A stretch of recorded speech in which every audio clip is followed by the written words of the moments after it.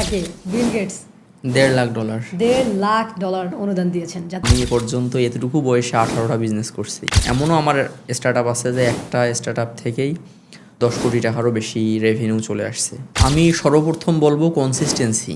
আপনি যদি একদম এক্সট্রিম লেভেলের রিচ বা ধনী হইতে চান, তাহলে আমার একটা পরামর্শ হচ্ছে এমন একটা পথ আপনি বেছে নেন যে পথটা কঠিন। এমনও নিজের চোখে দেখেছি, ঘরের চালে ধরেন 13-14টা ফুটা ছিল। হ্যাঁ, তোষকের শুকনো অংশতে কে শুইবে এটা নিয়ে আমরা মারামারি করতাম। যারা আসলে একদম খুবই কমফোর্ট জোনে বড় হয়, তারা লাইফে বড় কিছু করতে পারে না। টিনের চালে 12-13টা ফুটো ছিল, আজকে 12-13টা ফ্ল্যাটের মালিক আপনি। এই ধরনের কাজ না করে আপনাদেরকে আইপিএ বা ইনকাম প্রডিউসিং অ্যাসেটে ফোকাস করতে হবে, যাতে প্যাসিভ ইনকাম তৈরি হয়। এটা নিয়ে কিন্তু আমি অনেক কথা বলেছি। আসসালামু আলাইকুম, আমি mentor Mitu, certified life coach and marketing expert. So আমি শুরু করতে যাচ্ছি নিজেকে বদলান পডকাস্ট সিরিজ। সো আজকে নিজেকে বদলানোর এই সিরিজে আমি আমন্ত্রণ জানিয়েছি এমন একজন মানুষকে, যিনি তার জীবনে মানে দেখেন নাই এমন কোনো কষ্ট নাই। এতটা কষ্ট করে এতটা উপরে যে আসা যায়, ওনাকে দেখলে আপনার জীবন পরিবর্তন হবে। ওনার কথা শুনলে আপনি বুঝতে পারবেন যে মানুষ জীবনে আসলে কি না করতে পারে। আমি এই জন্যই বলি যে নিজেকে যদি কেউ বদলায়, তার জীবন বদলে যায়। আপনি শুধু বিশ্বাস করেন, নিজেকে বদলানোর জার্নিটা শুরু করেন। সো আজ আমরা আমন্ত্রণ জানিয়েছি আমাদের নিজেকে বদলান পডকাস্ট সিরিজের প্রথম অতিথি মোহাম্মদ শাহিদুজ্জামান শাহিদ ভাইকে। উনি হচ্ছেন অ্যাপ পাইলটের সিইও।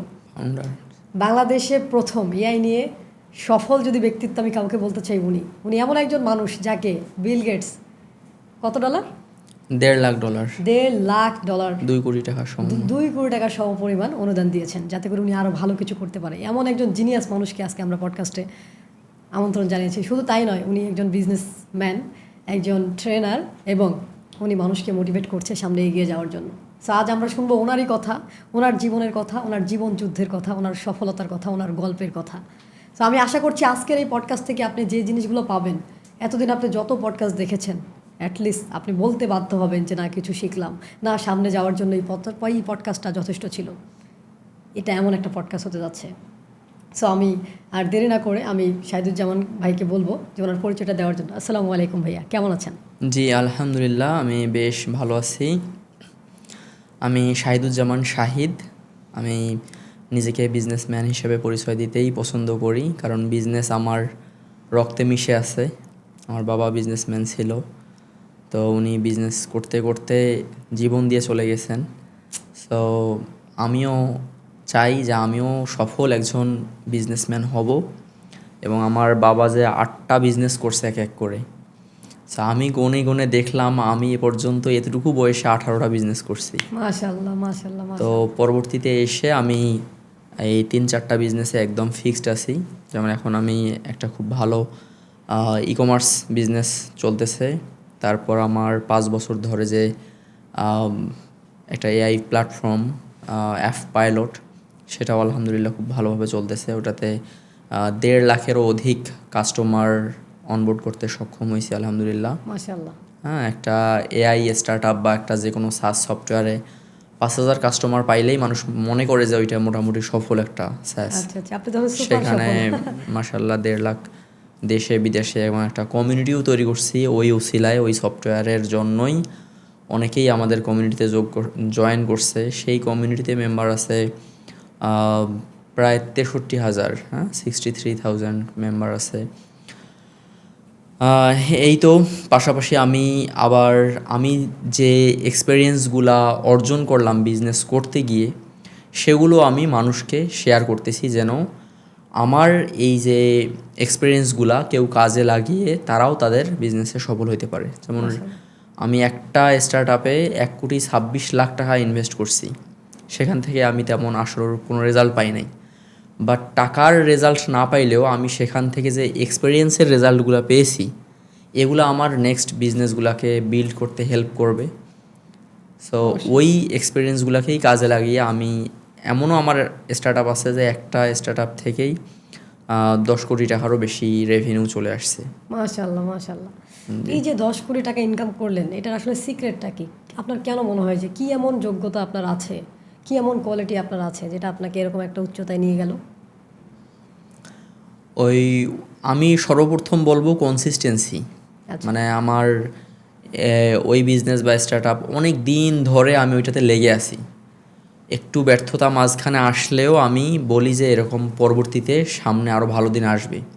ম্যাক্সিমাম মানুষ যে কাজটা করে, হ্যাঁ, তারা এই ধৈর্যটা ধরতে চায় না। আচ্ছা। ধৈর্যটা ধরতে চায় না, মাঝপথে গিয়ে থেমে যায় যে এটা থেকে রেভিনিউ আসতেছে না আশানুরূপ, এটা বাদ, নেক্সট আরেকটা। তো আমি বলবো আপনি যদি একদম এক্সট্রিম লেভেলের রিচ বা ধনী হইতে চান, তাহলে আমার একটা পরামর্শ হচ্ছে এমন একটা পথ আপনি বেছে নেন যে পথটা কঠিন, নাম্বার ওয়ান, আর যে পথটা স্লো। স্লো। কারণ এই দুইটা পথে 99% মানুষ যায় না। আচ্ছা। কারণ যে কাজটা থেকে রেজাল্ট আসতে একটু লম্বা সময় লাগবে, সাধারণত বেশিরভাগ মানুষই ধরে নেয় ওই কাজের রেজাল্ট শূন্য। বাট ওই কাজের কিন্তু একটা খুবই চমৎকার রেজাল্ট আছে। একটু সময় লাগবে যে কাজটাতে, স্লো প্রসেস কিন্তু কঠিন। সো ওই পথে কোনো মানুষই যেতে চায় না। কিন্তু আরেকটা কথা এখানে আছে, ওই পথে গেলে যেন সফলতাটা সার্টেইন, মানে নিশ্চিত, যে আপনি জানেন যে ওই পথে নিশ্চিত সফল হবেন আপনি। ওই পথটা কঠিন, ওই পথটা স্লো। সো আপনি এটাতে গেইন করতে পারবেন। তাহলে কি আমরা ওই গল্পটা বলতে পারি যে slow and study wins the race?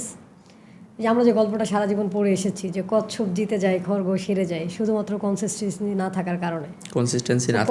আমরা দেখেন এটা এটা নিয়ে তো কোরআনেও বলা হয়েছে, হাদিসেও বলা হয়েছে, রাসূল সাল্লাল্লাহু আলাইহি ওয়াসাল্লাম বলছে যে আল্লাহ সেই কাজটাকে পছন্দ করে যেটা ছোট কিন্তু রেগুলার করা হয়।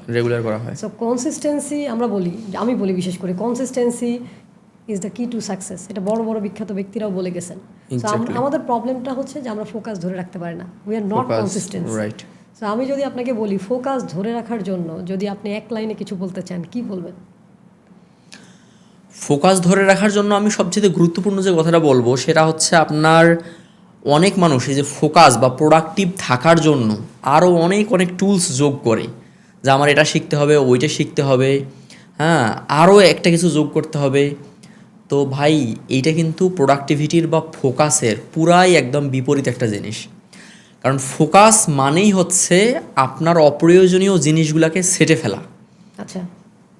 ওয়ান সিঙ্গেল, মানে আপনি যে কাজটা করতেছেন শুধুমাত্র ওই কাজটাই, আর ওই সময় আর অন্য কোনো কাজ আপনি হাতে নেবেন না। বিজনেসের ক্ষেত্রেও মানুষ একটা বিজনেস শুরু করে, আমি এই নিজের এক্সপিরিয়েন্স থেকেই বলতেছি, এই 18টা বিজনেস আমাকে কেন সুইচ করা লাগছে, কারণ আমার এই নলেজগুলো না থাকার কারণে আমি একটার পর একটা বিজনেস সুইচ করছি। পরে যখন আমি দেখলাম যে না, আমাকে একটু ধৈর্য ধরতে হবে, একটা জিনিসে আমাকে আগে সফল হইতে হবে, তারপর আমার অন্য একটাতে যাব আমি, ঠিক আছে। কিন্তু মানুষ যেটা করে একটার পর একটা সুইচ করে। এবং আপনি এটাও বলতে পারেন যে কেন, তাহলে কি অনেক সাকসেসফুল বিজনেসম্যান আছে না যারা একই সাথে অনেকগুলো বিজনেস রান করতেছে? তো ঠিক আছে, তারা যে কোনো একটা দিয়ে আগে অনেক দূর এগিয়েছে, তারপর আস্তে আস্তে এক্সপ্যান্ড করেছে। যেমন মাইক্রোসফটের যে ফাউন্ডার বিল গেটস, ওনার কিন্তু শুরুতে উনি এই সফটওয়্যার নিয়েই ছিল, তারপর উনি রিয়েল এস্টেট এটা সেটা আরও অনেক কিছু করছে, রাইট? তো এই যে বাংলাদেশের যেমন আমাদের উত্তরবঙ্গের আকিজ, উনি শুরুটা হয়েছে ওনার একটা দুইটা প্রোডাক্ট দিয়ে। সো ওইটাতে উনি অনেক দূর উপরে গেছে, যাওয়ার পর তারপরে উনি এক্সপ্যান্ড করছে। সো একসাথে আপনি আগে রিচ হওয়ার পরে ডাইভার্সিফিকেশন করেন। কিন্তু আপনি এই যে ডাইভার্সিফিকেশন করতে করতে রিচ হইতে পারবেন না। রিচ পিপল ডাইভার্সিফাইড হয়, কিন্তু এই ডাইভার্সিফিকেশনের ওয়েতে গিয়ে রিচ হওয়া পসিবল না। দারুণ কথা বলছেন যে আপনি অনেক কিছু নিয়ে একসাথে বড় হতে পারবেন না, বাট একটা কিছু নিয়ে বড় হতে পারলে অনেক কিছু করতে পারবেন। আমি সবাইকেই বলবো যে আমার যারা অডিয়েন্স আছেন, আমি সবাইকে বলবো যে দেখেন, যে শাহিদ ভাই যে কথাটা বলছে, ইটস ভেরি ভেরি ট্রু। আমরা কেন ফোকাস ধরে রাখতে পারি না? কারণ আমাদের অনেক কিছু লাগবে। Select one thing until it's ডান। একটা জিনিস সিলেক্ট করেন। আজকে আপনি চিন্তা করলেন যে আপনি বিজনেস করবেন, যে কোনো প্রোডাক্ট হতে পারে, যে কোনো নিশ হতে পারে, সিলেক্ট করার পর যতক্ষণ পর্যন্ত ওইটাতে শেষ দেখে ছাড়েননি, হয় জিতবেন নয় শিখবেন, এই পলিসিতে যান। হয় আপনার এটা নাও হতে পারে, বিজনেস একটা মরে যেতে পারে। আমি বলি যে বিজনেস মানে বন্ধ করে দিতে পারাও তো সফলতা। আপনি যখন বুঝলেন, যেমন শাহিদ ভাই 18টা বিজনেস বন্ধ করে দিয়েছেন, কারণ আপনি বুঝতে পেরেছেন এই বিজনেসগুলো মরে গেছে, এগুলো আপনার দিয়ে হবে না, আপনি আবার নতুন শুরু করলেন, সেখানে সফল হলেন। তো আমরা একটা নিয়ে অনেক সময় পড়ে থাকি, দিনের পর দিন লোন করতে থাকে, ঋণ করতে থাকে মানুষ। আমি এরকম অনেকজনকে চিনি যে যার আগের ঋণ ছিল 10 লাখ, 10 লাখ থেকে এখন সে 3 কোটি টাকা পর্যন্ত ঋণে গিয়েছে ওই বিজনেসটাকে ধরে রাখার জন্য। আমি তাকে বলছি যে কেন বন্ধ করছেন না, সে বলছে এটা বন্ধ করা সম্ভব না। তো আপনি বলেন যে বিজনেস বন্ধ করতে পারাটাও সফলতা কিনা? অবশ্যই। সবাই বলে যে উইনার্স নেভার কুইট, আমি বলি উইনার্স অলওয়েজ কুইট। আচ্ছা, ধরেন একটা মাছি একটা ঘরের ভিতরে আছে, সে ওই ঘরে একটা জানালা আছে, একটা দরজা আছে, তো সে জানালাটা পাশেই খোলা আছে, দরজাটা জাস্ট বন্ধ আছে, কিন্তু মাছিটা কি করতেছে, বারবার গিয়ে দরজায় বাড়ি খাচ্ছে আর ধাক্কা খাচ্ছে, শেষ পর্যন্ত সে মারা গেল মাছিটা, অথচ পাশেই তার জানালাটা কিন্তু খোলা ছিল। ওই যে মৌলানা রুমের একটা কোড আছে, why are you stay in the prison while the door is widely open. আপনি কেন নিজেকে জেলখানায় রেখেছেন যেখানে পুরো দরজা সবকিছু খোলা, পুরো পৃথিবীটা আপনার হাতের মুঠোয়? সো আজকের পর থেকে নিজেকে জেলখানায় রাখা বন্ধ করতে হবে। সো আমরা একটু ফিরে যেতে চাই শাহিদ ভাইয়ের ছোটোবেলায়, যে আসলে আপনার জীবনের স্ট্রাগলগুলো কি, কেন হচ্ছে যে আপনি এতটা কনসিস্টেন্ট বা ফোকাস কীভাবে ধরে রাখলেন? নিশ্চয়ই অনেক কষ্ট, অনেক বাধা, অনেক বিপত্তি আপনাকে এরকম একটা মানুষে পরিণত করেছে যে আজকে অন্যের আলোর পথ দেখার দিশারি হচ্ছেন। তো আমরা একটু ফিরে যেতে চাই আপনার ছোটোবেলায়। হ্যাঁ, ছোটোবেলার জার্নিটা আমার একটু কষ্টদায়কও ছিল। আমি আমার নানা বাড়িতে মানুষ হয়েছি, আমার নানা স্কুল শিক্ষক ছিলেন। হ্যাঁ, উনি আমাকে তার বাসায় নিয়ে গেছে। আমার ধরেন যে বাবা ওরকম সচ্ছল বা ধনী মানুষ ছিলেন না, একটা মাত্র ঘর ছিল আমাদের, ওই একটা মাত্র ঘরে আমরা চারজন ভাই বোন বড় হয়েছি, ঠিক আছে। এবং আমি এমনও নিজের চোখে দেখেছি, ঘরের চালে ধরেন 13-14টা ফুটা ছিল।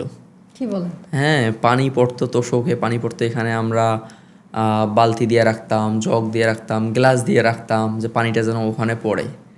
হ্যাঁ, তোষকের শুকনো অংশতে কে শুইবে এটা নিয়ে আমরা মারামারি করতাম যে আমি এই জায়গাটাতে শুব।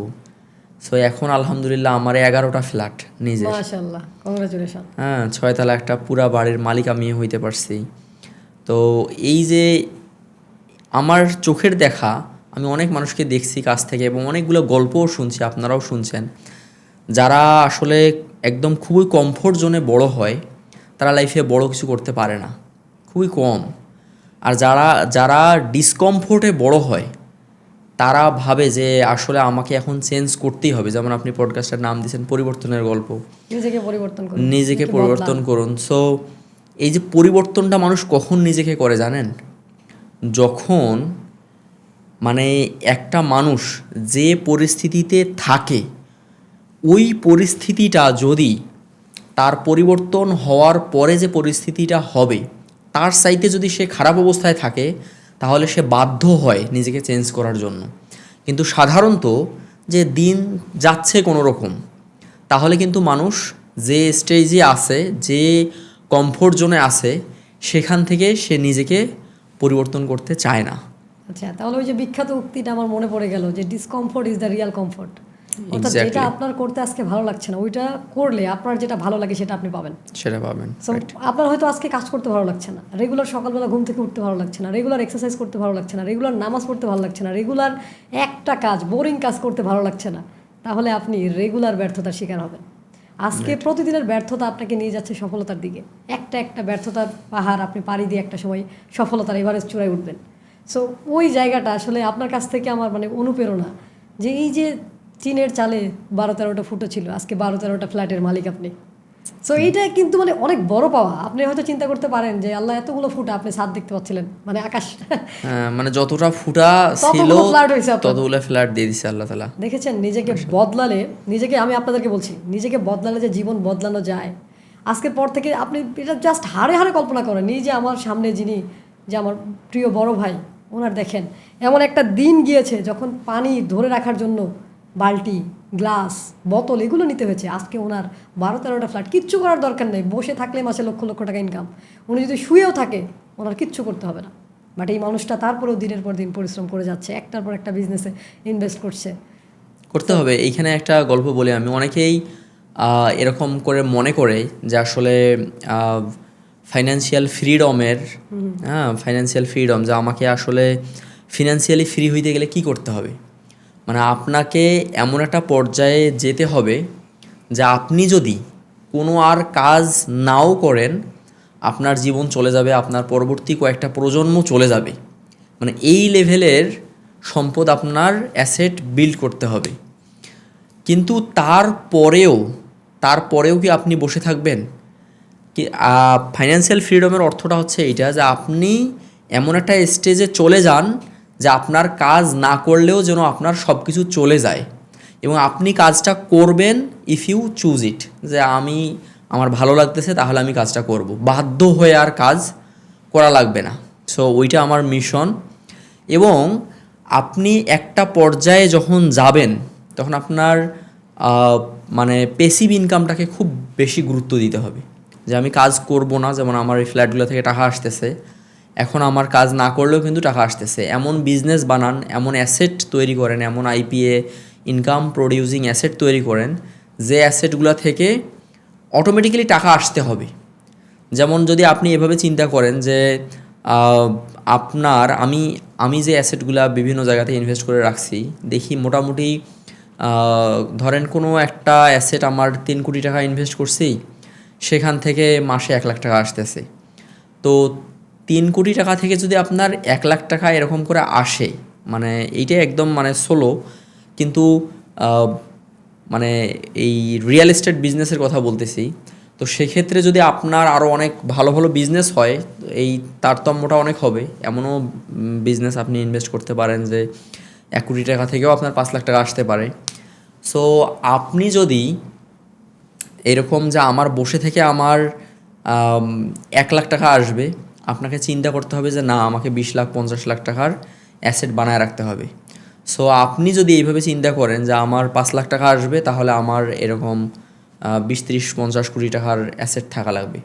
সো আপনি যদি এভাবে চিন্তা করেন যে আসলে আমার যতটুকু আছে ততটুকু শেষ, যে অনেকেই দেখা যায় রিটায়ার্ড করার পর আর কোনো তেমন কাজ করতে চায় না, যে আমি আসলে যা ইনকাম করছি এগুলো এখন বসে থেকে খাবো। মানে চিন্তা ভাবনাটা দেখেন কত ভয়ঙ্কর।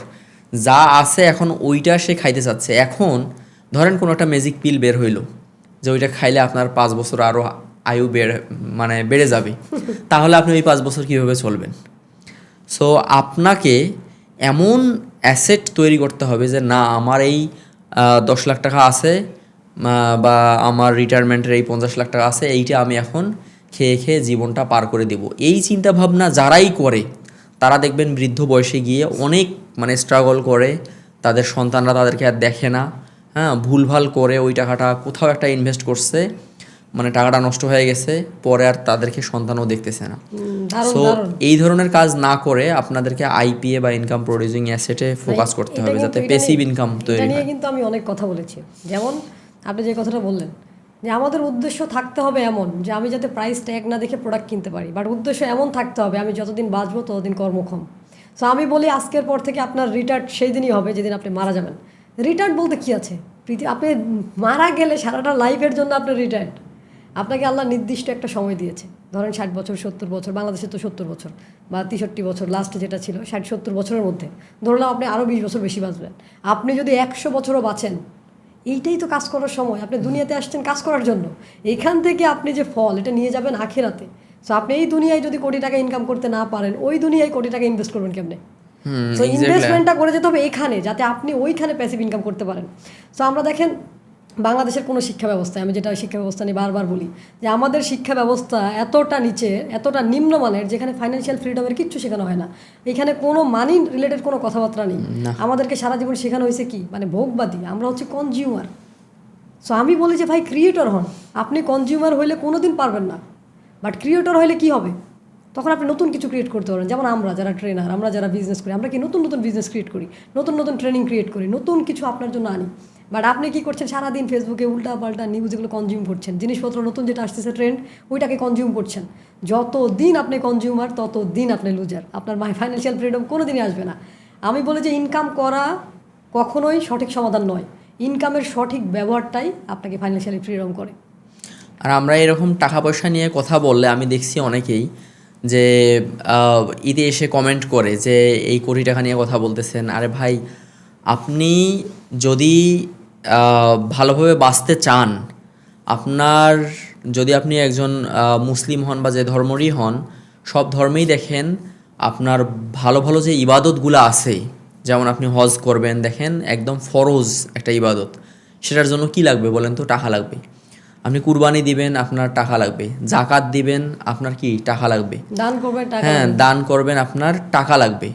সো এই টাকা পয়সা নিয়ে যখন আপনারা এই জিনিসটাকে অনেকেই আবার চিন্তা করে নেগেটিভভাবে, আপনার ব্রেনে যদি টাকা পয়সা খারাপ জিনিস এই জিনিসটা ইনস্টল থাকে, আপনি জীবনেও ধনী হতে পারবেন না। এটা আজকে লিখে নেন।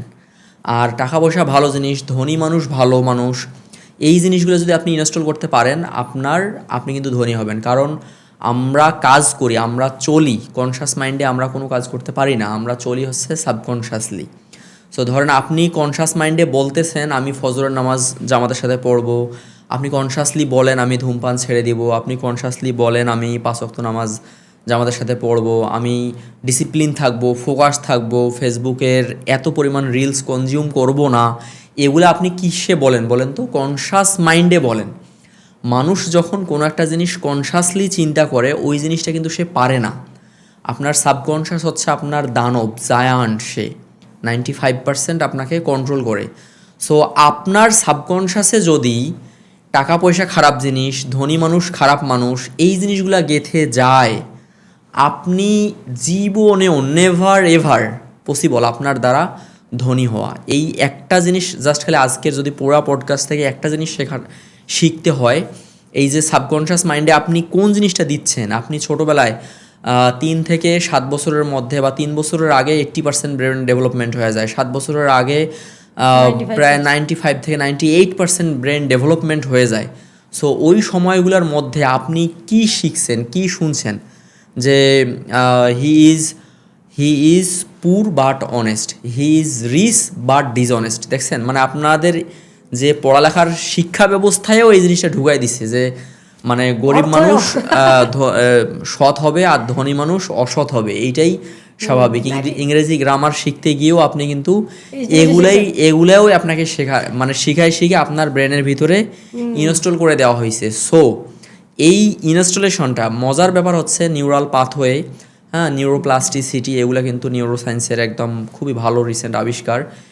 এগুলা আমাদেরকে যেটা বলতেছে, আপনি মৃত্যুর আগ পর্যন্ত আপনার চিন্তাভাবনা পরিবর্তন করতে পারবেন, আপনার ব্রেনের জিনিসপত্রগুলো পরিবর্তন করতে পারবেন। সো আপনি আপনার দৃষ্টিভঙ্গিগুলো পরিবর্তন করেন। কেউ একজন সফল মানুষ হয়েছে, তাকে যদি আপনি গালি দেন, দেখবেন আপনার কপালে সফলতা কখনোই জুটবে না। আপনি আসেন, আপনার সাথে আমি 10 ঘন্টা কথা বলে আপনাকে ম্যাথ করে, মানে ক্যালকুলেটিভ ওয়েতে আমি আপনাকে দেখায় দিব যে আপনি ব্যর্থ হবেন, আপনি ব্যর্থ হবেন। সো এই জিনিসগুলো মানুষ আসলে বুঝতে পারে না। কারণ আপনি যখন একজন সফল মানুষকে গালি দিচ্ছেন, একজন ধনী মানুষকে এরকম বাঁকা চোখে দেখতেছেন যে সে ঘুষখোর, সে সুদ খেয়ে টাকা পয়সা ইনকাম করছে, সে আসলে দুর্নীতিবাজ, এইভাবে সে বাড়ি গাড়ি করছে, এই জিনিসগুলো যখন আপনি বলবেন আপনার সাবকনশাসে, তখন গেঁথে যাবে মাই গড, ধনী মানুষ হওয়াটা তো অনেক খারাপ মানুষ, সে আপনাকে হতে দিবে না। আপনি এদিকে পরিশ্রম করতেছেন, স্ট্রাগল করতেছেন, অনেক চেষ্টা করতেছেন, আর বারবার ব্যর্থ হচ্ছেন, কিন্তু দিন শেষে যখন রেজাল্ট পাচ্ছেন না, তখন আপনি আসলে অরিজিনাল জিনিসটা বুঝতেছেন না। আপনার মানি ব্লুপ্রিন্ট জিনিসটা আপনার বুঝতে হবে। আপনার মানি মাইন্ডসেট যদি এখানে থাকে, যেমন ডোনাল্ড ট্রাম্প কিন্তু দেউলিয়া হয়ে যাওয়ার পথে চলে গিয়েছিল, সে আবার বিলিয়নিয়ার হয়েছে। কিভাবে হয়েছে? কারণ তার মাইন্ডসেট, তার যে মানি ব্লুপ্রিন্ট, এইটা কিন্তু বিলিয়নিয়ার লেভেলেই ছিল। এখন সে যতই হোক, ধরেন আপনি যিনি এই কথাটা শুনতেছেন, আপনার কাছ থেকে ধরেন সমস্ত টাকা পয়সা কেড়ে নেওয়া হইলো, বা কোনো কারণে আপনি সব হারিয়ে ফেললেন, তো কিছুদিন পরে গিয়ে বলেন তো কি হবে? আপনি কিন্তু আবার আপনার লেভেলেই চলে আসবেন ইনশাল্লাহ। কিভাবে আসবেন? কারণ আপনার স্কিল, আপনার মাইন্ডসেট এগুলো দিয়ে আপনি আসবেন। এই যে অনেক গবেষণায় দেখা গেছে আমেরিকাতে এগুলা এই লটারি নিয়ে অনেক গবেষণা হয়। দেখা যায় যে যে মানুষগুলা লটারি পেয়ে একদম রাতারাতি অনেক ধনী হয়ে যায়, কিন্তু 2-4-5 বছরের মধ্যে উনি আবার যে স্টেজে ছিল ওই স্টেজে নেমে আসে। এগুলো কেন আসে ভাই? কারণ তার সাবকনশিয়াস মাইন্ডে তার মানি নিয়ে, তার টাকা পয়সা নিয়ে যে লেভেলটা আছে ওই লেভেলে উনি আসবেই। এটা এটা স্বাভাবিক। আপনি দেখেন, এটা আমি আরও 1400 বছর পিছনে যাই। রসুল সাল্লাম যখন হিজরত করে তখন কি হয়েছিল? সকল সাহাবীদেরকে নিয়ে উনি চলে আসছিল খালি হাতে।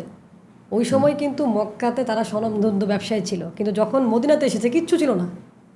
তখন রসুল সাল্লাম কী বললো? মক্কাবাসীদেরকে বলছে যে তাদেরকে জমি দাও। তারা কিন্তু কয়েক বছরের মধ্যে আবার কোটিপতি হয়ে গেল। এবং আমরা জানি যে জান্নাতের সুসংবাদ প্রাপ্ত সাহাবীরাও কিন্তু কোটি কোটি টাকার মালিক ছিল। হযরত উসমান, হযরত ওমর রাদিয়াল্লাহু আনহু, আমরা উদাহরণ দিতে পারি। তারা কি ছিল? এত পরিমাণ সম্পদের মালিক ছিল। ইভেন ধর এমনও দোয়া করেছে তারা যে ইয়া রাসূল সাল্লাল্লাহু আল্লাহকে বলেন আমার সম্পদ যাতে কমে যায়। এত সম্পদ মানে তাদের বৃদ্ধি পাচ্ছিল। এই যে শুকরিয়া, আমরা যে বলি যে গ্র্যাটিটিউড প্র্যাকটিস করতে হবে। সো গ্র্যাটিটিউড ছাড়া আপনি কখনোই সফল হতে পারবেন না। আপনার মনে যদি শান্তি না থাকে, দুনিয়ার টাকা পয়সা আপনাকে শান্ত করতে পারবে না। বাট যদি শান্তি থাকে, আপনি দুনিয়ার টাকা পয়সা ইনকাম করতে পারবেন। সো ভাইয়া যে বিষয়টা বললো যে আমি 3টা বিষয় ভাইয়ের সাথে অ্যাড করবো। একটা হচ্ছে নিউরোপ্লাস্টিসিটি, আর একটা হচ্ছে নিউরাল পাথওয়ে, আর একটা হচ্ছে রেটিকুলার অ্যাক্টিভিটিং সিস্টেম। এই যে আমাদের ব্রেনে যে নিউরোপ্লাস্টিসিটি, মজার বিষয় হচ্ছে কি, আপনি শুনলে অবাক হবেন, আপনি চাইলে আজকে আপনার ব্রেনকে পরিবর্তন করতে পারেন শুধু নিজেকে পজিটিভ অটো সাজেশন দেওয়ার মাধ্যমে। যে আপনি নিজেকে বলবেন যে আমি ধনী হচ্ছি, আমি ধনী হচ্ছি, আমি সফল হচ্ছি, আমি সফল হচ্ছি, দেন আপনার সামনে বড় বড় সুযোগগুলো আসবে, আপনার রেটিকুলার অ্যাক্টিভিটিং সিস্টেম কাজ করবে। সাপোজ আপনি R15 পছন্দ করেন, আপনার মনে হচ্ছে আমি একটা R15 কিনতে চাই, টাকা পয়সা নাই, বাট আপনি রাস্তায় যেখানে বের হন অন্য গাড়ির থেকে R15টা আপনার চোখে বেশি পড়বে, কারণ আপনার অ্যাক্টিভ হয়ে গেছে। আর আমাদের বাংলাদেশের যে প্রেক্ষাপট, ভাইয়া যে বিষয়টা বললো যে আমাদের ছোটোবেলা থেকে শেখানো হয়েছে অর্থই অনর্থের মূল। আরে অর্থ অনর্থের মূল হইলে আপনার জন্মের আগের দিন থেকে অর্থ লেগেছে, আপনি মারা যাওয়ার পরেও অর্থ লাগবে। আমাদের দেশে তো মরার পরেও খানা দানা 40 দিন 3 দিন, হ্যাঁ কত রকমের 40 করতে হবে, অমুক দাওয়াত দিতে হবে, ফকির খাওয়াইতে হবে। আপনি মরার পরে আপনার পিছনে টাকা খরচ হবে। আপনার বাবা যেদিন জানতে পারছে যে আপনি আপনার মায়ের পেটে আসছেন, সেদিন থেকে ডাক্তার দেখাও, এই ট্রিটমেন্ট, ওই ট্রিটমেন্ট, এই মেডিসিন, ওই রিপোর্ট, সেই রিপোর্ট, কত কিছু পৃথিবীতে যেদিন আসছেন। নর্মালি আপনি যদি পৃথিবীতে এসে থাকেন, বর্তমানে 10 থেকে 15,000 টাকা খরচ হয়। আর যদি আল্লাহ না করুক আপনাকে যদি কেটে বের করতে হয়, তাহলে তো 50 থেকে 60,000 টাকা, ভালো জায়গায় গেলে 1 লাখ 2 লাখ টাকা খরচ হবে। আপনি পৃথিবীতে আসতে এই টাকা খরচ হয়েছে। আর আমাদের বাংলা ছবিতে কী শেখায়? ধনীরা সব ভিলেন। এই যে মিশা সওদাগর, ও কী করে? ও ও কী করতেছে? দুর্নীতি করতেছে, চোরা কারবারি, স্মাগলিং, সারা জীবন শেখাতে হয়েছে। আর সৎকে, এই যে আমাদের জসিম সাহেব, সেই লটারি পেয়ে ধনী হয়। সে অনেক পরিশ্রম করছে, ঠেলাগাড়ি চালায় ধনী হয়। আবার ডায়লগ কি, চৌধুরী সাহেব আমার প্রেম টাকা দিয়ে কেনা যাবে না। আপনার প্রেম টাকা দিয়ে কেনা যাবে না, আপনি প্রেম কিনে করবেনটা কি? সো আমি একেবারে যে টাকার মানে পক্ষে বলতেছি বা বিপক্ষে বলতেছি এরকম না। টাকা হচ্ছে আপনার জীবনে চলার জন্য অপরিহার্য একটা জিনিস। আমি বলি যে একটা পুরুষ তখনই পুরুষ হয়ে ওঠে তার কাছে যদি পর্যাপ্ত পরিমাণ টাকা থাকে। পুরুষের একমাত্র মেকআপ হচ্ছে টাকা। আপনি দেখতে কত সুন্দর, কিচ্ছু যায় আসে না, আপনার অ্যাকাউন্টে টাকা নেই, আপনি সেই যাকে পছন্দ করেন বিয়ে করতে পারবেন না। ওর বাবা বলবে তোমার কি যোগ্যতা আছে? সো নিজেকে বদলান, জীবন পরিবর্তন হয়ে যাবে। সো আমরা আবার ফিরবো শাহিদ ভাইয়ের কাছে। শাহিদ ভাইকে আমি আরও কিছু প্রশ্ন করতে চাই যে শাহিদ ভাই যে আপনি তো ভাই সফটওয়্যার নিয়ে কাজ করছেন, এটা তো অনেক বোরিং, বাংলাদেশের মানুষ তো এত ধৈর্যশীল না। তো কীভাবে আপনি একটা এআই সফটওয়্যার করে ফেললেন? মানে কি মোটিভ ছিল আপনার? ওই সময় আমার প্যাশনই ছিল ওইটা। আমি কম্পিউটার সায়েন্স অ্যান্ড ইঞ্জিনিয়ারিংয়ে গ্রাজুয়েশন কমপ্লিট করছি বেগম রোকেয়া ইউনিভার্সিটি রংপুর থেকে। আমি ধরেন ওই পড়াশোনা করার ফাঁকে ফাঁকেই আমি কাজ করতাম, ফ্রিল্যান্সিং করতাম, বিজনেস করতাম অনলাইন ভিত্তিক। তো এগুলো করতে করতে আমার ওই ছোট ছোট কাজ বোরিং লাগে, যে একই কাজ, রিপিটিটিভ কাজ বারবার করতেছি। সো ওই কাজগুলা আমার মাথায় আসে যে এটা কীভাবে অটোমেশন করা যায়। আচ্ছা আচ্ছা। এই অটোমেশনের চিন্তা আসতে আসতে আমি যে লেখালেখি করতাম, অ্যাফিলিয়েট মার্কেটিং, ব্লগিং, এই জিনিসগুলোর একদম পুরা কমপ্লিট সলিউশন বানিয়ে ফেলি, যেটা এক ক্লিকেই 1000 আর্টিকেল লিখে দিতে পারে। মানুষের ওয়েবসাইটে ব্লগ আর্টিকেল অটোমেটিক পাবলিশ হবে, এসইও অপটিমাইজড হবে, সেখানে ইমেজ ভিডিও অটোমেটিক্যালি যোগ হবে। সো এই ধরনের বোরিং কাজগুলোকে আমি একদম একটা ছাতার তলে অ্যাট এ টাইমে নিয়ে আসি। তো ওইখান থেকে আমার আসলে এই সফটওয়্যার বিজনেসের জার্নিটা শুরু হয়ে যায়। মানে একদম প্ল্যান করে না, এটা করতে করতে। এবং আমি মনে করি ওই বিজনেসটাই ভালো, বেশি দিন টেকে, যেটা একদম ভিতর থেকে আসে এবং ওই জিনিসটা আসলে আপনি মানে ভালো লাগা থেকে করতেছেন।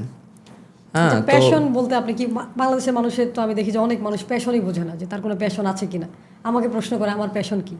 So, না, আপনি বলেন যে আসলে আপনার ভিতর থেকে যে আপনি যেমন আমি এই যে মানুষকে শেখাচ্ছি, মানুষকে কথা বলতেছি, নিজে বিজনেস করতেছি, মানে যাই হয়ে যাক দুনিয়াতে আমি নিজে বিজনেস করবই, এটা আমার বিজনেস একটা প্যাশন। তারপর কোনো একটা বিজনেস করতে হইলে আপনাকেও কয়েকটা জিনিস দেখতে হবে যে আপনার ওই জিনিসটা ভালো লাগে কি না, নাম্বার ওয়ান। তারপর আপনি ওই জিনিসটা করে মজা পান কি না, অনেক লম্বা সময় ধরে ওই কাজটা করবেন। তারপরে হচ্ছে আপনার মানুষের ওই জিনিসটার চাহিদা আছে কি না, তা আপনার খুব ভালো লাগে কিন্তু মানুষের ওই জিনিসটা ভালো লাগতেছে না। তারপরে মানুষের ভালো লাগে এটাও ঠিক আছে, আপনারও ভালো লাগে এইটাও ঠিক আছে। তারপরে আপনাকে আবার আর একটা জিনিস চিন্তা করতে হবে যে মানুষ কি আপনার ওই প্রোডাক্টের জন্য বা ওই সার্ভিসের জন্য টাকা পে করবে। এই 3 নাম্বারটাও কিন্তু গুরুত্বপূর্ণ। এটাকে আমরা সংক্ষেপে বলি, তিনটা পয়েন্ট। যা আপনার নিজের ভালো লাগতে হবে, আপনার কাস্টমারের ভালো লাগতে হবে এবং টাকা দিবে, এবং তারা will they pay for it, তারা কি এটার জন্য পে করবে। এই তিনটা জিনিস আপনি ম্যাচ করবেন, তাহলে দেখবেন আপনি যে কেরিয়ার বা যে কোনো কাজ করতেছেন ওই কাজটা আপনার জন্য সহজ হয়ে যাবে, আপনি সফলতার চান্স অনেক বেশি পাবেন। আচ্ছা, দারুণ একটা কথা বলছেন। সো দেখেন, মার্কেটিং এর মূল উদ্দেশ্যটা কি? চাহিদা তৈরি করা। সো আপনি সবার আগে মার্কেটিং কার করতে হয়? মানুষ মনে করে প্রোডাক্ট বিক্রি হয়, আমি বলি প্রোডাক্ট বিক্রি হয় না, আপনি বিক্রি হন। সো এই যে আমাদের এখানে যে শাহিদ ভাই আছে, শাহিদ ভাই তো অনেকগুলো বিজনেস করলেন, তো আপনার মতে মার্কেটিং কি? আমার মতে মার্কেটিং ইজ দ্য বিজনেস। মানুষ মনে করে মার্কেটিং একটা ডিপার্টমেন্টের, মানে একটা ডিপার্টমেন্ট বা একটা বিজনেসের একটা অংশ, কিন্তু আমি বলি মার্কেটিং ইজ দ্য বিজনেস। আপনার বিজনেসটাই মার্কেটিং। কিন্তু দুঃখজনক ব্যাপার, বাংলাদেশের মানে ম্যাক্সিমাম উদ্যোক্তারই অ্যাডভান্স লেভেল মার্কেটিং মানে নলেজ নাই। সো আমি নিজে পার্সোনালি শত ফাউন্ডারদের সাথে মিশছি, তাদের অফিস ভিজিট করছি, তাদের সাথে এমনও কমিউনিটি আছে যেখানে 1000 উদ্যোক্তার সাথে আমি চলাফেরা করি। আমি অনেক উদ্যোক্তাকে দেখেছি তাদের নিজেদের মার্কেটিং মানে ডিপার্টমেন্টই নাই বা মার্কেটিং নিয়ে কোনো চিন্তা ভাবনাই নাই, মার্কেটিং বললে ভাবে লস। অথচ আপনার এইচআর ডিপার্টমেন্ট, আপনার ফিনান্স ডিপার্টমেন্ট, আপনার প্রোডাক্ট ডিপার্টমেন্ট, প্রোডাকশন ডিপার্টমেন্ট সবাই কিন্তু আশা করে আছে যে আমরা চলবো। এই যে এই বিজনেসটাতে দেখেন কতগুলো প্রোডাক্ট আছে, এই প্রোডাক্টগুলা সবাই কিন্তু আশা করে আছে যে আমি যদি নষ্ট হই বা রিপেয়ার করা লাগে বা কোনো একটা নতুন প্রোডাক্ট এখানে কেনা লাগে, তাহলে আমার কি লাগবে? এই বিজনেস থেকে টাকা লাগবে। তাহলে টাকাটা কই থেকে আসবে? সেল, কোনো কিছু প্রোডাক্ট সেল হলে তারপর টাকাটা আসবে। তাহলে প্রোডাক্টটা সেল হবে কি দিয়ে? মার্কেটিং দিয়ে। So marketing is the root, marketing is the business. Unfortunately maximum উদ্যোক্তার এই জায়গাটাতে মানে ফোকাস নাই, বুঝতেই পারে না। বাংলাদেশে যেটা আমি দেখলাম, যে আমি তো মার্কেটিং নিয়ে অনেক দিন ধরে কাজ করছি, মার্কেটিং বলতেই তারা মনে করে যে শুধু অ্যাড রান করা, ফেসবুকে বুস্ট করা। দেখেন, মার্কেটিং হচ্ছে মানি মেকিং গেম। সো আপনি ওয়ার্ল্ডের যত বড় বড় বিজনেস দেখবেন, আমরা যাদেরকে উদাহরণ দিই, যেমন আপনি যে ফোনটা ব্যবহার করছেন অ্যাপেলের, তাই না? বা আমি যে ফোন ব্যবহার করছি অ্যাপেলের, তাদের অ্যাপেলের ম্যাকবুক, অ্যাপেলের অনেকগুলো প্রোডাক্ট আমরা ব্যবহার করি। কেন? কারণ অ্যাপেল মার্কেটিংয়ে বিশ্বসেরা। তারা এমনভাবে মার্কেটিং করছে, দে আর দ্য বেস্ট, তাদের উপরে আর কেউ নেই। সো আপনার কাছে অন্য কোনো ফোন নিলে মনে হয় যে আপনি 2 নম্বরটা কিনতেছেন বা নিচেরটা কিনতেছেন, আরেকটা সেরা আছে। আপনি রোলস রয়েসের কথা চিন্তা করেন, ওকে রোলস রয়েস কিন্তু সব থেকে দামি গাড়ি না, কিন্তু মানুষ কী ভাবে যে এটাই সব থেকে ভালো, বেস্ট। অ্যাপেল কিন্তু সব থেকে মানে বেস্ট কোয়ালিটির মোবাইল দেয় না, কিন্তু মানুষ কী ভাবে? এই যে মানুষের মনে আপনার যে ভাবনাটা তৈরি করে, এটা কে করে? মার্কেটিং। তো আমরা এই যে মানুষের মনে যতক্ষণ পর্যন্ত আপনার প্রোডাক্ট সম্পর্কে ভালো ভাবনা দিতে পারছেন না, তাদের হৃদয়ে আপনার ব্র্যান্ডের পতাকা পুঁতে দিতে পারছেন না, ততক্ষণ পর্যন্ত তো আসলে আপনার অস্তিত্বই নেই। যে কোনো সময় আপনি মারা যেতে পারেন। মার্কেটিং হচ্ছে আপনাকে মরতে দিবে না, মার্কেটিং আপনাকে ফ্লাউরিশ করবে।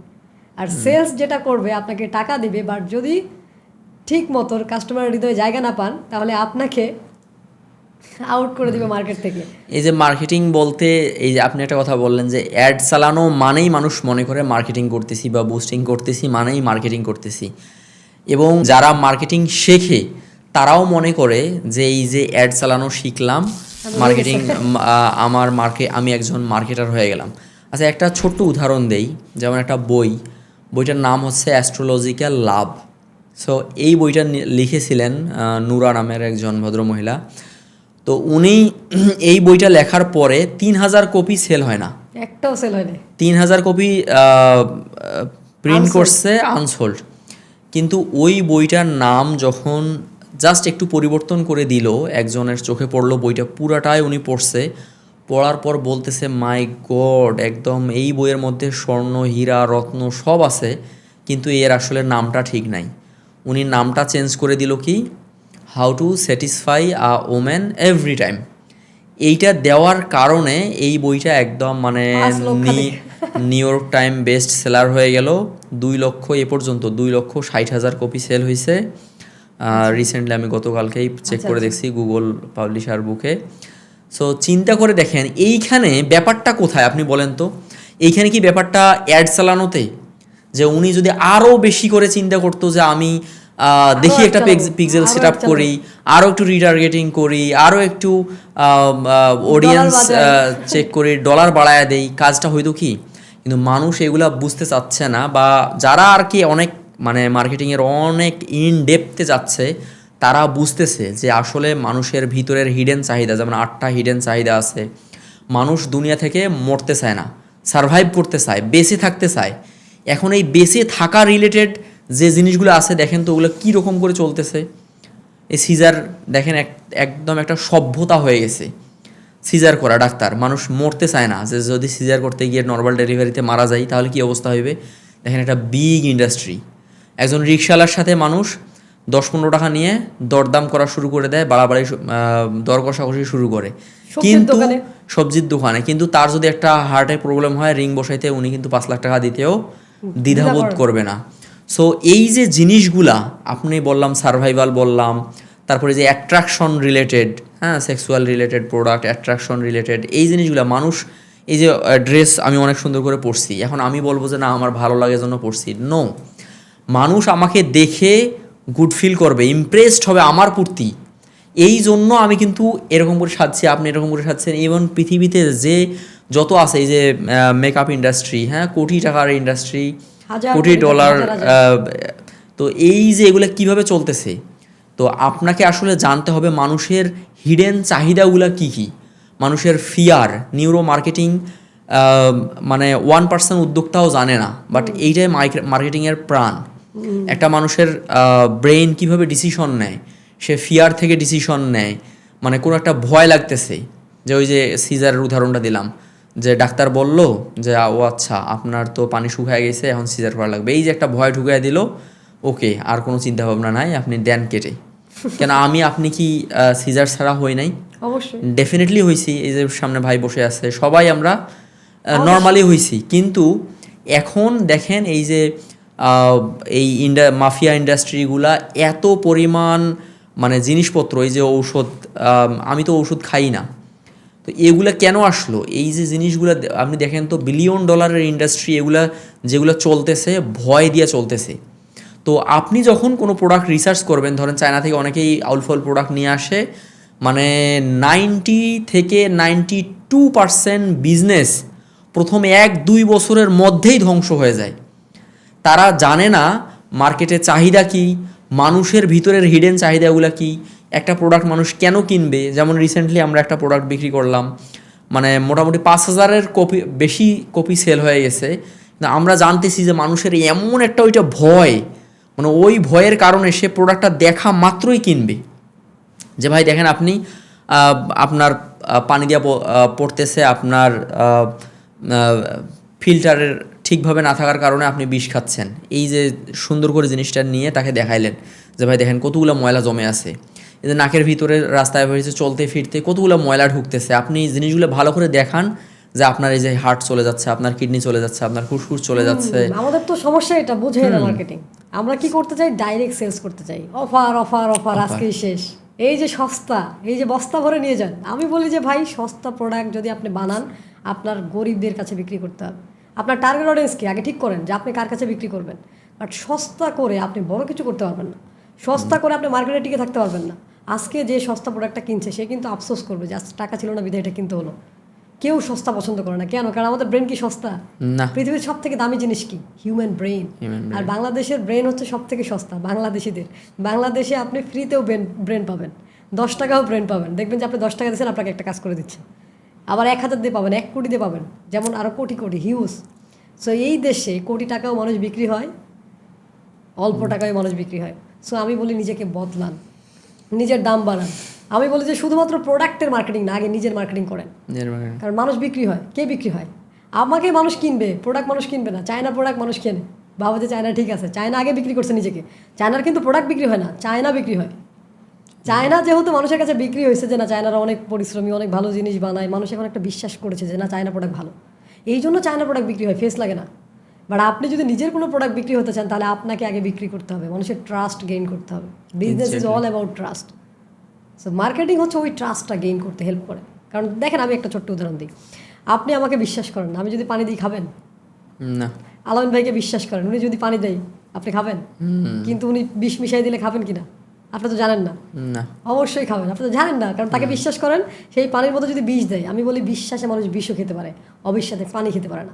মার্কেটিংয়ের কাজ হচ্ছে ওই বিশ্বাসটাকে স্থাপন করা, কাস্টমার এবং আপনার সাথে যে মানির যে ট্রানজ্যাকশন হবে, যে এবং ডেফিনেটলি আমরা ওই মার্কেটিং মানে ফিয়ার, মার্কেটিং মানেই ট্রাস্ট, ঠিক আছে, কিন্তু আমরা প্রোডাক্টটা তাকে ডেফিনেটলি একটা ভালো জিনিস দিব। অবশ্যই অনেস্টি আমরা honesty is the only policy. এবং অফারের ব্যাপারেও বললাম, তো এমন একটা অফার আপনি আপনার বিজনেসের জন্য তৈরি করেন যেটা আপনার কাস্টমার যদি না নেয় তাহলে সে যেন নিজেকে বোকা মনে করে। এই লেভেলের ইরেসিস্টেবল অফার তৈরি করেন, আপনি মানি মেক করতে পারবেন। এবং মানি লিগালি প্রিন্ট করার এটা একটা মেশিন, সেটা হচ্ছে আপনার ইরেসিস্টেবল অফার তৈরি করা, যেটা মার্কেটিংয়ের একটা অংশ। সো মার্কেটিং ছাড়া তো আপনি অফার তৈরি করতে পারবেন না। সো আমরা অনেকগুলো বিষয় নিয়ে কথা বললাম, যে আপনার যে স্ট্রাগল, এখন আপনার ভবিষ্যৎ পরিকল্পনা কি? ভবিষ্যৎ পরিকল্পনা বিজনেস। আমার বেশ কয়েকটা মানে প্রায় 25টা সফটওয়্যারই আছে পাইপলাইনে। আচ্ছা, তার মধ্যে 2টা আলহামদুলিল্লাহ অলরেডি তৈরি হয়ে গেছে। উদ্যোক্তাদের জন্য মানে অতীব প্রয়োজন, এআই থেকে শুরু করে তাদের প্রোডাক্ট ম্যানেজমেন্ট থেকে শুরু করে ইচ অ্যান্ড এভরিথিং, সকল 360 ডিগ্রি সলিউশন দেওয়ার জন্য আমরা কাজ করতেছি। সো এইটা আমার নেক্সট প্ল্যান, যে আমরা যেন উদ্যোক্তাকে ফ্যাক অর্ডার ম্যানেজমেন্ট বা তাদের যতগুলো হ্যাসেল আছে, প্রোডাক্ট ম্যানেজমেন্ট থেকে শুরু করে কাস্টমারের সাথে কথা বলা, লিডগুলোকে সুন্দরভাবে ম্যানেজ করা। ম্যাক্সিমাম উদ্যোক্তারাই জানে না তাদের মানে একদম মানে 20% বেস্ট কাস্টমার কারা, তাদের লিড কতগুলো আসতেছে আজকে, কতগুলো যাচ্ছে, তাদের সেল কতটুকু হচ্ছে, তারপর কোন 20% কাস্টমার তাদের 80% সেল জেনারেট করতেছে। এই জিনিসগুলো অনেকেই ডেটাগুলো রাখে না। সো আমাদের সফটওয়্যারের মাধ্যমে ইনশাআল্লাহ তারা মানে সমস্ত কিছু একদম নখদর্পণে যেন ম্যানেজ করতে পারে। এই নেক্সট প্ল্যান, আমি এটা নিয়ে কাজ করতেছি। আচ্ছা, আরেকটা বিষয় ভাইয়া, যেটা হচ্ছে যে আপনি যদি পরামর্শ দিতে চান, যে এমন 3টা পরামর্শ দিবেন, কারণ আমি বলেছি আজকের পডকাস্ট হচ্ছে নিজেকে বদলান, 3টা পরামর্শ দিবেন যাতে করে একটা মানুষের জীবন বদলে যায়। আমি তো অনেক পরামর্শ দিই, আজকে আপনার থেকে আমরা 3টা পরামর্শ চাই যেটা একটা মানুষের জীবন পরিবর্তনের জন্য যথেষ্ট। জি, আমি নাম্বার 1 বলবো, আপনার সময়টাকে খুব ভালোভাবে মনিটাইজ করতে হবে। আপনি যদি টাইম ম্যানেজমেন্ট করতে না পারেন, আপনি জীবনেও টাকা মেক করতে পারবেন না। এবং আপনার লাইফে কতটুকু সময় আছে সেটা গুরুত্বপূর্ণ না, ওই সময়ের মধ্যে কতটুকু এনার্জি আছে এটা মারাত্মক লেভেলের গুরুত্বপূর্ণ। সময় তো সবার আছে, মেডিকেলের বেডে একজন পড়ে আছে, তারও কিন্তু 24 ঘন্টা, আপনারও 24 ঘন্টা। মেডিকেলে পড়ে থাকা ওই মানুষটার লাইফের কিন্তু সময়ের দাম নাই, মূল্য নাই। সো আপনার লাইফের সময়েও যদি আপনি সারাদিন টিকটক দেখেন, ফেসবুক দেখেন, রিলস দেখেন, আপনারও লাইফে 24 ঘন্টা সময়, আমারও লাইফে 24 ঘন্টা সময়, বিল গেটসের লাইফেও 24 ঘন্টা সময়, মার্ক জাকারবার্গ, ইলন মাস্ক, সবারই 24 ঘন্টা সময়। কিন্তু আপনার সময়টা কোন জায়গায় যাচ্ছে এই জিনিসটা আপনাকে দেখতে হবে। আপনার অ্যাটেনশন এই যুগে সবচেয়ে নাম্বার 1 দামি সম্পদ হচ্ছে অ্যাটেনশন। সেই দামি সম্পদটা যদি আপনি ফেসবুককে দিয়ে দেন, ফেসবুক ধনী হয়ে যাবে, কারণ আপনার দামি জিনিসটা সে নিয়ে যাচ্ছে। আপনার দামি সম্পদটা আপনি ইউটিউবকে দিলে ইউটিউব ধনী হয়ে যাবে। আপনার এই অ্যাটেনশন বা ফোকাস, এই দামি সম্পদটা যদি আপনি নিজেকে দেন তাহলে আপনি নিজে ধনী হয়ে যাবেন। অবশ্যই। নাম্বার 2 আমি বলবো যে আপনার অভ্যাসগুলোকে আপনি অবজার্ভ করেন, কারণ আপনি হচ্ছেন আপনার অভ্যাস। যে কোনো একজন মানুষ তার অভ্যাসের সমষ্টি। সো আপনি প্রত্যেক দিন কী করতেছেন না করতেছেন এই যে 24 ঘন্টার একটা রুটিন বানায় ফেলতে পারেন। অনেককে আবার আমি রুটিন বানায় ফেলতে বললে তারা এমন টাইট ফিটিং রুটিন বানায় যেটা সে আর মানতে পারে না। সো যখন আপনি রুটিনটা বানান তখন তো আপনি কনশাসলি বানান যে না আমি এটা এখানে এটা করব, ওইখানে ওইটা করব, এইটা কিন্তু মানতে গিয়ে দেখে আর মানতে পারে না। একটা ঢিলেঢালা হলেও একটা রুটিন বানান এবং আপনি কি কাজ করতেছেন এটা ট্র্যাক করেন। ট্র্যাক না করলে আপনি কখনোই ইমপ্রুভ করতে পারবেন না। একটা বললাম আপনার সময় ম্যানেজ করেন, একটা বললাম এনার্জি ম্যানেজ করেন। আপনার আর নাম্বার 3 বলবো, নাম্বার 3-তে 4টা জিনিস আমি ঢুকাই দিচ্ছি, ঠিক আছে? বলেন। আপনি ফিজিক্যালি খুব ভালোভাবে ফিট থাকতে হবে আপনাকে। খাবার দাবার, স্বাস্থ্যই ঘুম, সম্পদ। আপনার স্বাস্থ্যটা এইটা যদি ভালো না থাকে, এই যে আমি ঘন্টার পর ঘন্টা ক্লাস নেই, ঘন্টার পর ঘন্টা বিজনেসে সময় দেই, ঘন্টার পর ঘন্টা ডেভেলপারের সাথে মিটিং করি, এই কাজগুলো করতে পারে আমি মনে করি আমি এনার্জেটিক, দ্যাটস ওয়াই। সো উদ্যোক্তাকে হইতে হবে প্রোডাক্টিভ। এমনও উদ্যোক্তা আছে যারা সারাটা দিন নিজে যে কাজগুলো করে ওই কাজগুলো যদি তার একজন এমপ্লয়ি করতো তাকে ফায়ার করে দিত, অথচ নিজে ওই কাজগুলোই করতেছে। হ্যাঁ, অবশ্যই। এই এনার্জি ম্যানেজমেন্ট করেন, নিজের শরীরটাকে ম্যানেজ করেন। 2 নাম্বার হচ্ছে আপনার ব্রেন বা মেন্টাল যে হেলথ, এই মেন্টাল হেলথের কেয়ার নেন। আমরা সারাদিন খাওয়ার জন্য খুবই ব্যতিব্যস্ত, 3 বেলা আমাদেরকে খাইতে হয়, কিন্তু আপনার ব্রেন খাবার খায় 12,000 থেকে 60,000 বেলা। সেই 12,000 থেকে 60,000 বেলা যে খাবার খাচ্ছে, মানে এতগুলা চিন্তা করে ব্রেন সারাদিনে। আচ্ছা আচ্ছা। এই চিন্তাগুলোর মধ্যে মারাত্মক ধরনের একটা রিসার্চ আছে যে 80% চিন্তাই নেগেটিভ চিন্তা, 95% চিন্তাই হচ্ছে রিপিটিটিভ চিন্তা। এই জন্য এত পরিমাণ সারাদিন আবার ফেসবুকে মানুষ সারাক্ষণ সময় কাটায়, ফেসবুকের মধ্যে ওখানে দেয়াল থাকে কি হর্স অন ইউর মাইন্ড। তো আপনার মনে যা আছে তাই আপনি লিখে দিচ্ছেন, সারা বাংলাদেশের মানুষ তাদের মনে যা আছে তা লিখে দিচ্ছে। তো ওই মানুষটার মনের ভিতরে তো চলে 80% চিন্তায় নেগেটিভ চিন্তা। টেফলন ইফেক্ট আর ভেলক্রো ইফেক্টের যে ভেলক্রো ইফেক্টটা আছে, ওই নেগেটিভ চিন্তাটা তার মনের ভিতর চলে। তো ওই যে এতগুলা মানুষের আবর্জনা আপনি ফেসবুক চালাচ্ছেন মানে কি ওই আবর্জনাগুলো আপনি খাচ্ছেন। মুখ দিয়ে খেয়ে পেটে না ঢুকাইলেও আপনি ব্রেন দিয়ে খাচ্ছেন। আপনি সারাক্ষণ চিন্তা করেন। এখন আপনি যদি ভালো চিন্তা না করেন ডেফিনেটলি আপনি খারাপ চিন্তা করবেন। একটা কগনিটিভ ডিফিউশন নামক একটা রিসার্চ আছে। এইটা হচ্ছে আপনি যা চিন্তা করতেছেন এই চিন্তাগুলোকে আপনার অবজার্ভ করতে পারতে হবে। আপনি যদি নিজের চিন্তাগুলোকে অবজার্ভ করতে পারেন তাহলে আপনার ডিপ্রেশন থাকা কমে যাবে, আপনার হ্যাপি থাকা বেড়ে যাবে, আপনি সম্পদশালী হবেন, সুখী হবেন, অনেক কিছু হবে। কিন্তু আমরা সাধারণত মনে করি আমার যে চিন্তা ভাবনাগুলো ওইটাই আমি, কিন্তু এটা একটা ভুল ধারণা। আপনার চিন্তা ভাবনাগুলো আপনি না। আপনি যখন বলেন যে আমার হাত, আপনি কি আপনার হাতটা আপনি বলবেন যে আমি মিতু, আমার হাতটা মিতু। আমার গাড়ি, তাহলে গাড়িটা কি আপনার মিতু? ডেফিনেটলি না। আমার বাড়ি যখন আমি বলতেছি বাড়িটা তো আমি শাহিদ না।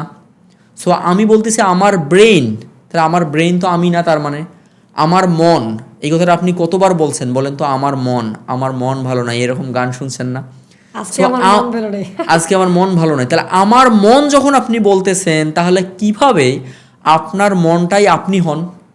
এইখানেই লাগে যত খটকা। যত রিলেশনশিপ নিয়ে আপনি ক্লাস করান তো অনেক যে সংসার ভেঙে যাচ্ছে, এই যে পুরো এই যে আমার, সো এই যে সব কিছুর মূলে গোড়ায় এত অশান্তি, এত মানসিক টেনশন, ফ্যামিলিতে দুশ্চিন্তা, এই যে কোনো একটা সফল মানুষের কোনো একটা কথা শুনলেন যে একটা নেগেটিভ কমেন্ট লিখে দেন, এগুলো আপনি করেন না ভাই, আপনার মন আপনাকে দিয়ে এগুলো করায়।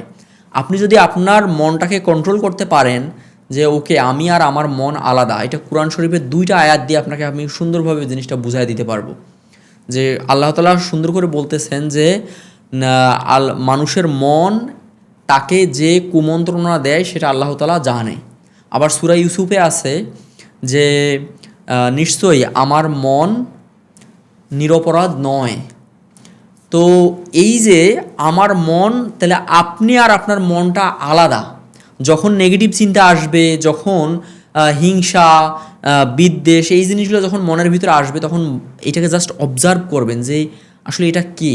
সেলফ টক সম্পর্কে জানেন? সেলফ টকটা হচ্ছে নিজের সাথে নিজে কথা বলা। এই যে আমি এখন কথা বলতেছি, আপনারাও কিন্তু একই স্পিডে বা আমার চাইতেও দ্রুত গতিতে কথা বলতেছেন, মুখ দিয়ে কথা না বললেও মনে মনে কথাগুলো বলতেছেন। সো ওই কথাগুলোকে আপনার অবজার্ভ করতে পারতে হবে। এই একটা জিনিস আপনি যদি পারেন, নিজের মন মানে আপনার ভিতরে একটা কণ্ঠস্বর, আপনার ইন্নার ভয়েস, এটা যে কথা বলতেছে আপনার সাথে, কি কথাগুলো বলতেছে, এই কথাগুলোকে যদি আপনি জাস্ট চিনতে পারেন এবং ডিটেক্ট করতে পারেন, আপনার লাইফের 99% সমস্যা একদম ধুলার মতো উড়ে যাবে। আমি গ্যারান্টি দিয়ে বললাম, কিন্তু আপনাকে জিনিসটা মানতে হবে। আমি এখন যে কথাটা বললাম, 10 লাখ মানুষের মধ্যে মাত্র একজন মানুষ এই ব্যাপারটা সম্পর্কে জানে, আর 10,000 মানুষের মধ্যে একজন আবার মানে। আমি চাচ্ছি আপনি ওই একজন হয়ে উঠেন, যেন আপনি আপনার মনকে ডিটেক্ট করতে পারেন। সো ফিজিক্যালি আপনার ভালো থাকতে হবে, মেন্টালি আপনার ভালো থাকতে হবে, ইমোশনালি আপনার ভালো থাকতে হবে, এবং স্পিরিচুয়ালি আপনার ভালো থাকতে হবে। আপনার ইমোশন কেমন? আপনি কি অল্প কথায় রেগে যান? আপনাকে কেউ কিছু বললে কি আপনার একদম মানে অবস্থা খারাপ হয়ে যায়? সো এই ধরনের, আপনি যদি অনেক বড় কিছু করতে চান লাইফে, নিজেকে বদলাইতে চান রিয়েলি, আপনার ফিজিক্যাল, মেন্টাল, ইমোশনাল এবং সর্বোপরি স্পিরিচুয়াল জার্নিতে আপনার ফিট থাকতে হবে। দারুণ দারুণ, অসংখ্য ধন্যবাদ শাহিদ ভাইকে, যে এত সুন্দর একটা সময় আমরা শাহিদ ভাইয়ের সাথে কাটালাম। সো দেখেন, শাহিদ ভাই যে কথাগুলো বলেছে, দিন শেষে আপনি আসলে কি নিয়ে যাবেন? আজকে যদি নিজেকে না বদলান, কালকে আফসোস করবেন। কারণ আপনি আপনার হ্যাবিটের সমষ্টি, আপনার অভ্যাসের দাস। আমরা বলি যে মানুষ অভ্যাসের দাস, কিন্তু মানুষ চাইলে তার অভ্যাস পরিবর্তন করতে পারে শুধু নিজেকে বদলানোর মাধ্যমে। সো আজকে এই ডিসিশন নেন, নিজেকে বদলান, সামনে এগিয়ে যান। আমি মেন্টর মিতু আছি আপনাদের সাথে। দেখা হচ্ছে পরবর্তী কোনো পডকাস্টে, নিজেকে বদলান নেক্সট সিরিজে। ততক্ষণ পর্যন্ত ভালো থাকবেন, সুস্থ থাকবেন, লার্নিংয়ের সাথে থাকবেন এবং সামনে এগিয়ে যাবেন। Thank you.